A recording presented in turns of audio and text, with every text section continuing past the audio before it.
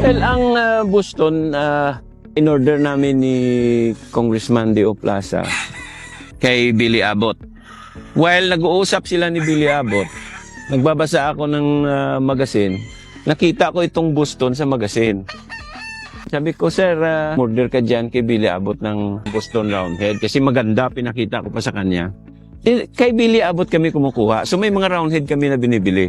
Sabi ni Billy Abbott, wala daw siyang Boston Roundhead. Kung gusto daw namin, meron siyang kaibigan that breeds Boston Roundhead for over 40 years without infusing any bloodline. So, Boston lang talaga.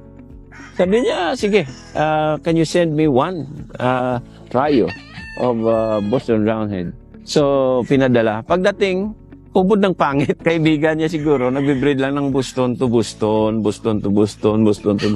So, sabi ni Leo Plaza sa akin, Lancy, katayin mo na yung trio na yan kasi pangit. Sabi ko, sir, dahil ako naman ang nag-order niyan, bayaran ko na lang yun sa'yo. Sabi niya, sige Lancy, bigay ko na yan sa iyo. Bigay ko na sa iyo. So, pinadala ko yan dito sa Bacolod. After 3 years, pag-uwi ko, andun pa rin yung manok, pero hindi niya na-breed dahil pangit. So, kinuha ko and then na-breed ko. So, that's the start of Red. That's the start of Boston Roundhead.